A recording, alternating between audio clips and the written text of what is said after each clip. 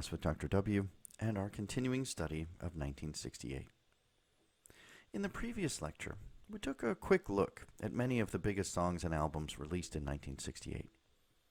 In this lecture, I'll talk about a few examples in more detail, in particular, the year in the life of one band, the Beatles. I want to start by talking a little more thoroughly about one of the songs instantly identified with 1968, although it was released in 1967, Arlo Guthrie's Alice's Restaurant. Guthrie wrote the song about a strange episode that befell him in 1965, when Guthrie and a friend offered to dispose of the garbage after eating their Thanksgiving Day meal at the home of Alice Brock, of Alice's Restaurant fame. With the dump closed for the holiday, Guthrie attempted to dump the garbage elsewhere, but he was arrested and jailed as a result. The episode itself was quirky, as Guthrie was tried before a blind judge, and in the song he describes the ironic scene of a blind judge being shown an array of pictures demonstrating Guthrie's guilt. In the end, he was fined $50 and told to pick up his trash. The song hit its moral heart, though, when describing Guthrie's being called up for the draft months later. Because he had a criminal record, Guthrie was deemed unfit for service and dismissed. One of the memorable lines in the song says, "I'm sitting here on the Group W bench because you want to know if I'm moral enough to join the army, burn women, kids, houses, and villages after being a litter bug."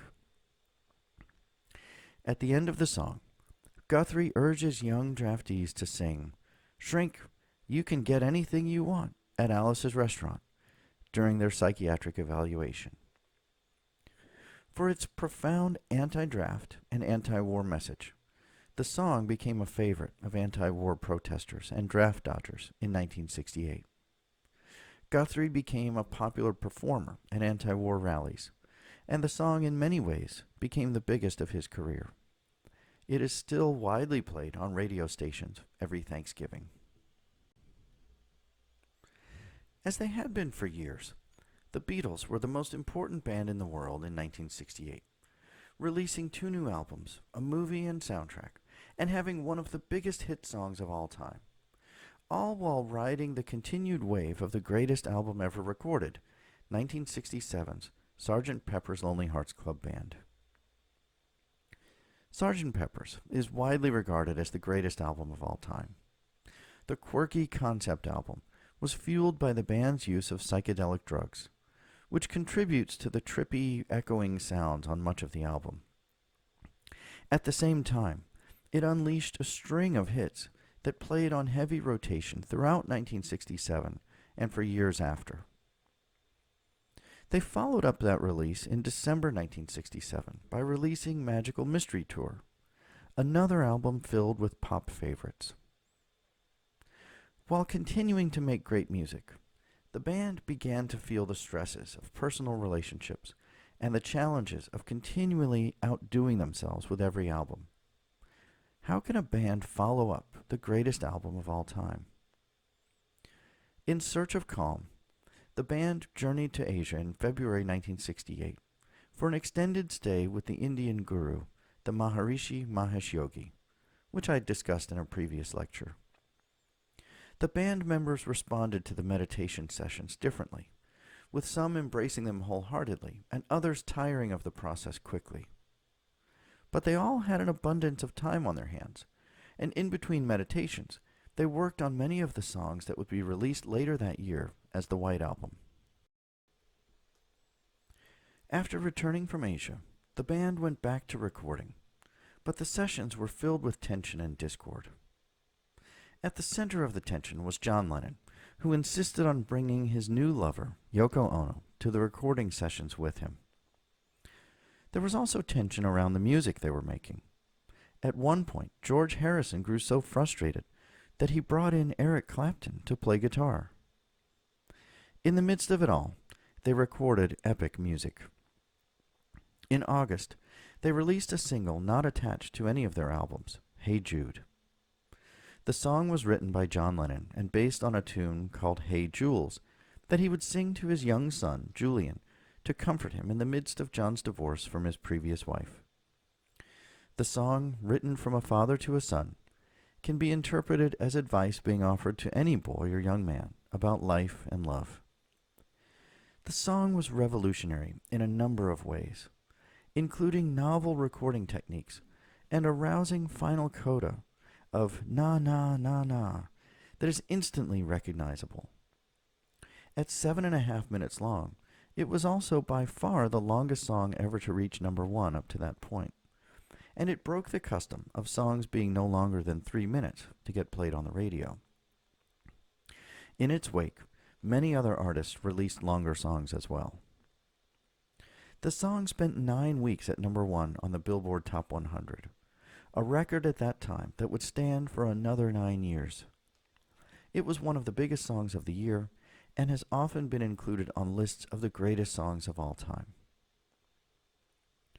4 months later, in December, the band released the White Album, a massive double issue including more than 24 songs of varying length, tone, and message. In an effort to move in new directions, the album completely turned a concept album like Sgt. Pepper's on its head. The songs on Sgt. Pepper's flow easily one to the next, almost reading like a consistent story. On the White Album, songs of completely different tone and volume were intentionally laid next to each other, contributing to something of a chaotic listening experience. Many critics consider the album yet one more brilliant contribution from the world's greatest band. One recent description of the album reads, "Each song on the sprawling double album The Beatles is an entity to itself, as the band touches on anything and everything they can. This makes for a frustratingly scattershot record, or a singularly gripping musical experience, depending on your view. But what makes the White Album interesting is its mess." I should note that more modern critics and listeners might have a more positive view of the White Album. As with the advent of CDs and other media, it's easier to skip from song to song. When the album was released, typically listeners just played it straight through one song to the next.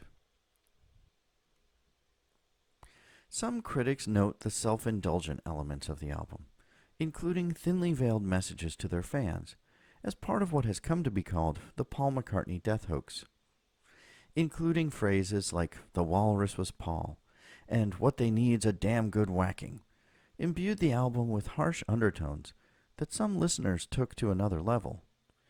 In the drug-fueled late 1960s, such messages were pure fodder for the masses to interpret as they wished, often in a drug-induced haze. As one writer put it, the Beatles had perhaps laid themselves open to misinterpretation by mixing up the languages of poetry and nonsense. Most famously, the White Album was interpreted by Charles Manson to signal the beginning of a race war, and he played the album often with the family. The phrase "helter skelter," which they scrawled in blood at one of their murder scenes, became the title of a best-selling book about Manson, a co-option of their song title that the members of the Beatles deeply regretted. Whatever its mixed messages and mixed critical reception, the White Album continued the Beatles' streak of top hits, including "Back in the USSR," "Obladi Oblada," "Blackbird," "While My Guitar Gently Weeps," "Revolution," and "Helter Skelter." Most of those songs would hit the airwaves in 1969.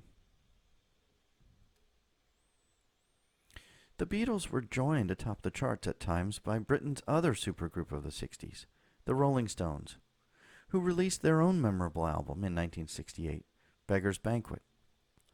The album included two major hits, Sympathy for the Devil and Street Fightin' Man. The latter song was written after a street rally in London that Mick Jagger attended. His famous lyrics became linked to many of the protests of that year. "Everywhere I hear the sound of marchin', chargin' feet, boy, 'cause summer's here and the time is right for fightin' in the street, boy." In the next lecture, I'll talk about one of the other major themes in the music of 1968, the prominence of Motown and R&B.